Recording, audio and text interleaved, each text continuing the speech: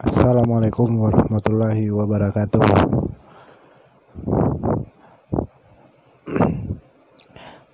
Baik teman-teman, kita lanjut lagi untuk membahas bagian-bagian penting dari alat-alat berat yang nantinya akan kami coba untuk membagi per unit ya, per jenis unit yang sudah pernah kita bahas di video berikutnya, di video sebelumnya, dan kita lanjutkan lagi untuk mengenal powertrain di unit bulldozer.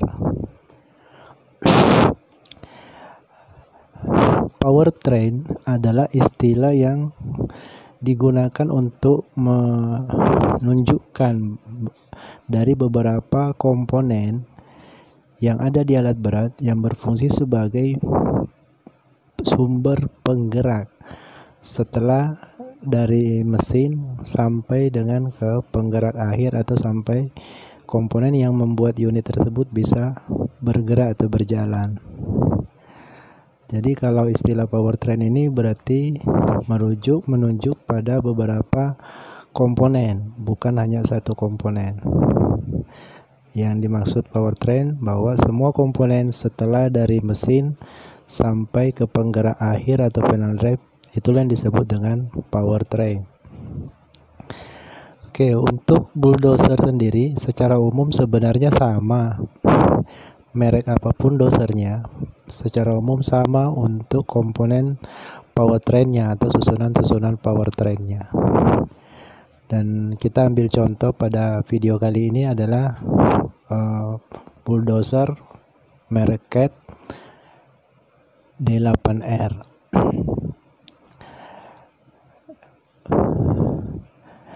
Jadi ini yang saya maksud tadi final drive. Jadi ini penggerak terakhir sebelum untuk menggerakkan track link sehingga unit tersebut bisa berjalan. Baik, ini gambaran sepintas tentang isi dari kabin operator dari D8R. Jadi memang kabinnya didesain untuk satu orang operator saja, untuk operator seat.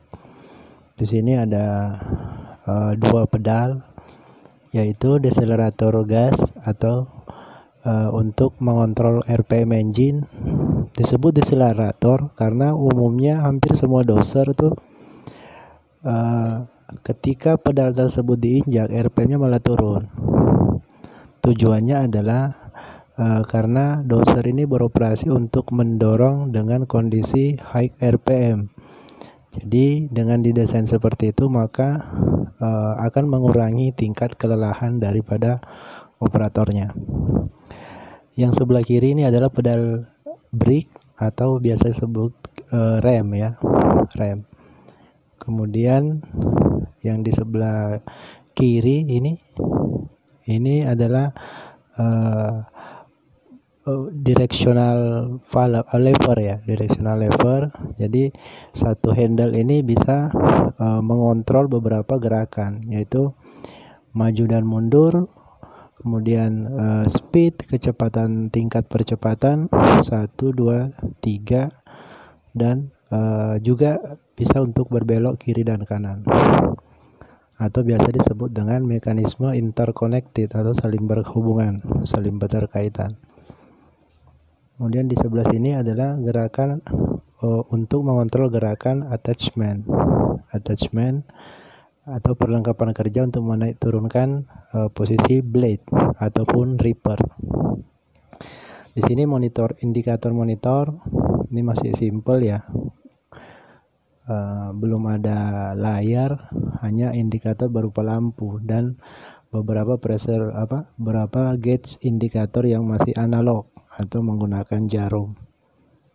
Baik, kita lanjut. Nah, ini dilihat dari dekat, hanya beberapa lampu indikator. Ketika terjadi problem di unit tersebut, maka lampu ini akan menyala untuk mengingatkan ke operator.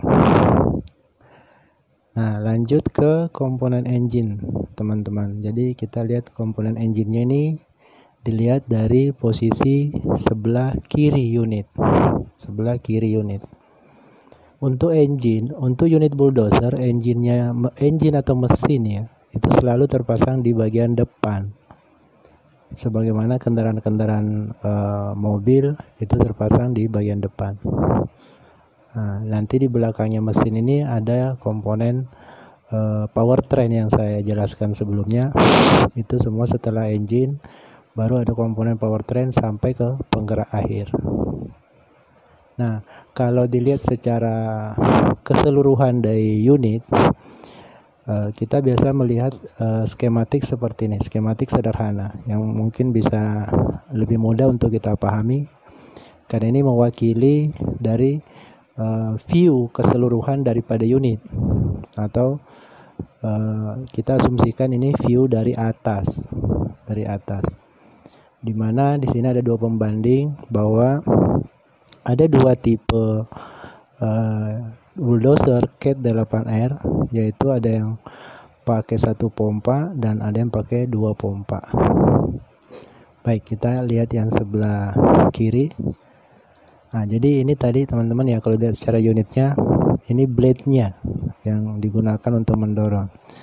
Jadi gambar ini ilustrasi ini menunjukkan bahwa unit bulldozer ini menghadap ke arah atas ya, ke arah sini.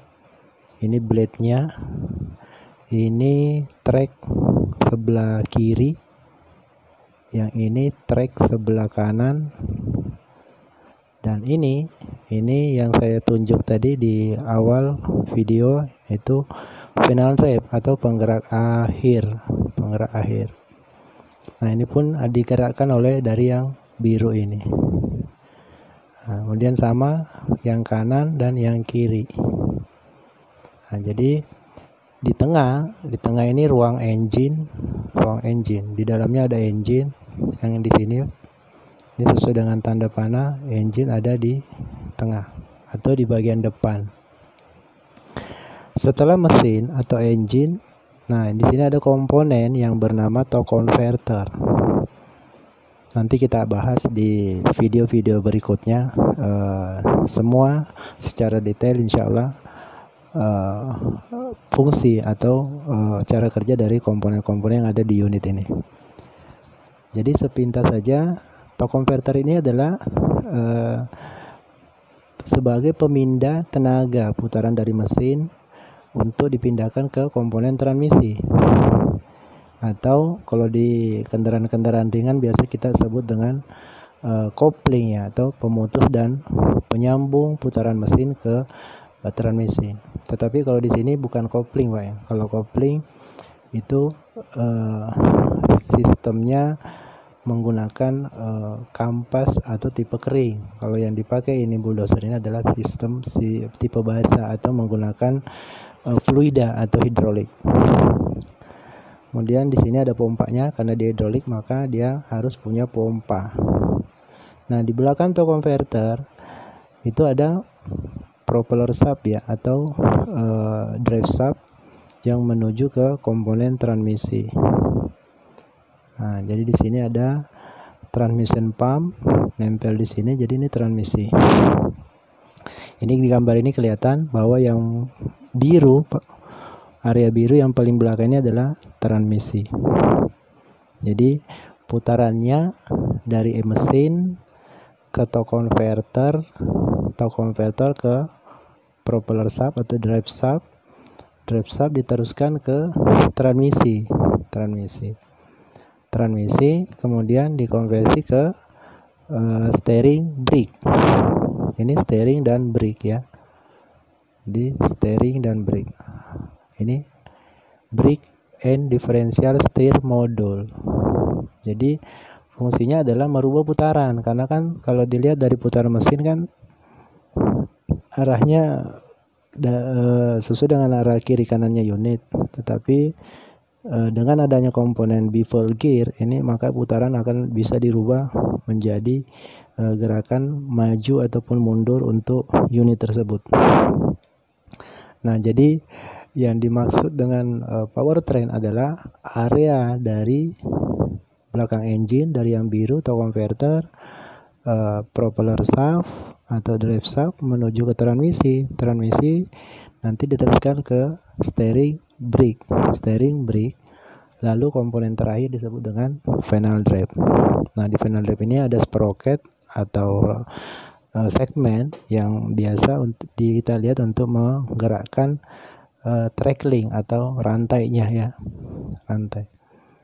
Jadi kurang lebih seperti itu teman-teman. Mudah-mudahan ada manfaatnya.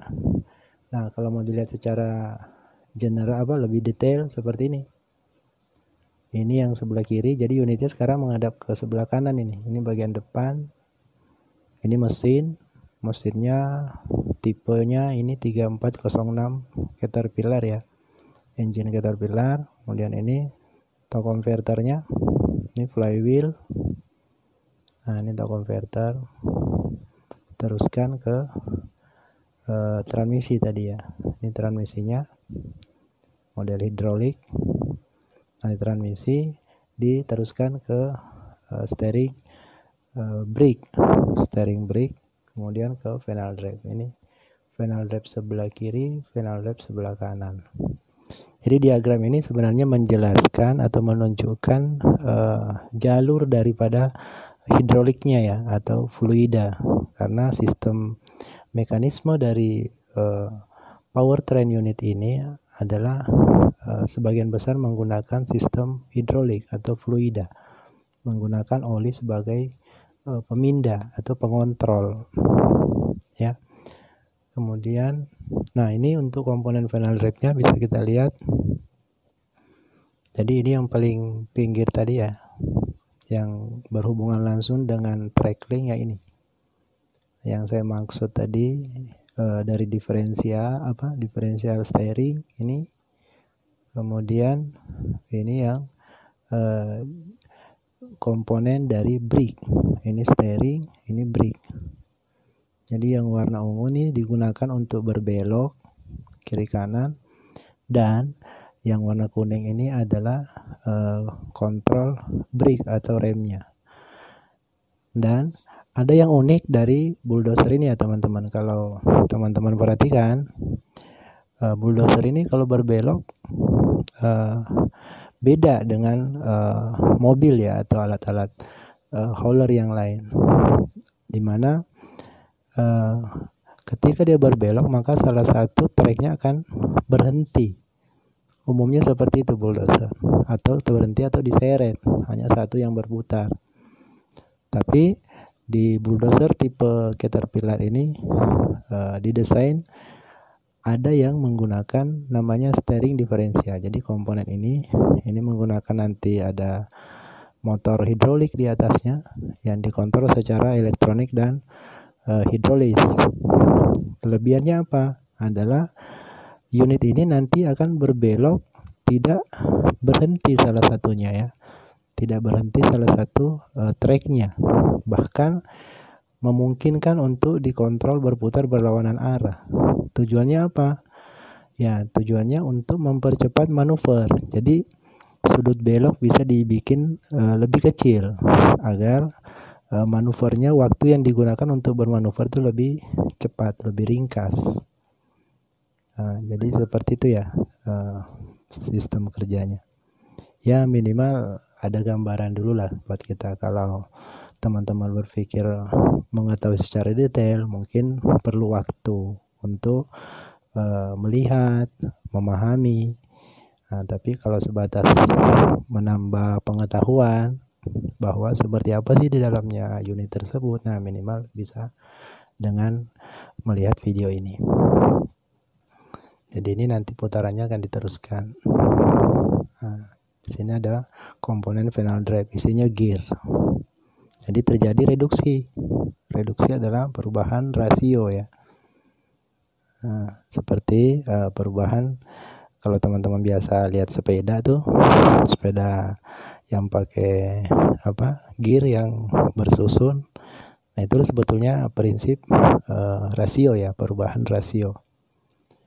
Nah, ini komponennya di unit seperti ini, teman-teman. Jadi transmisinya ini di belakang. Kemudian di sini ada di dalamnya yang tadi steering dan brake ya.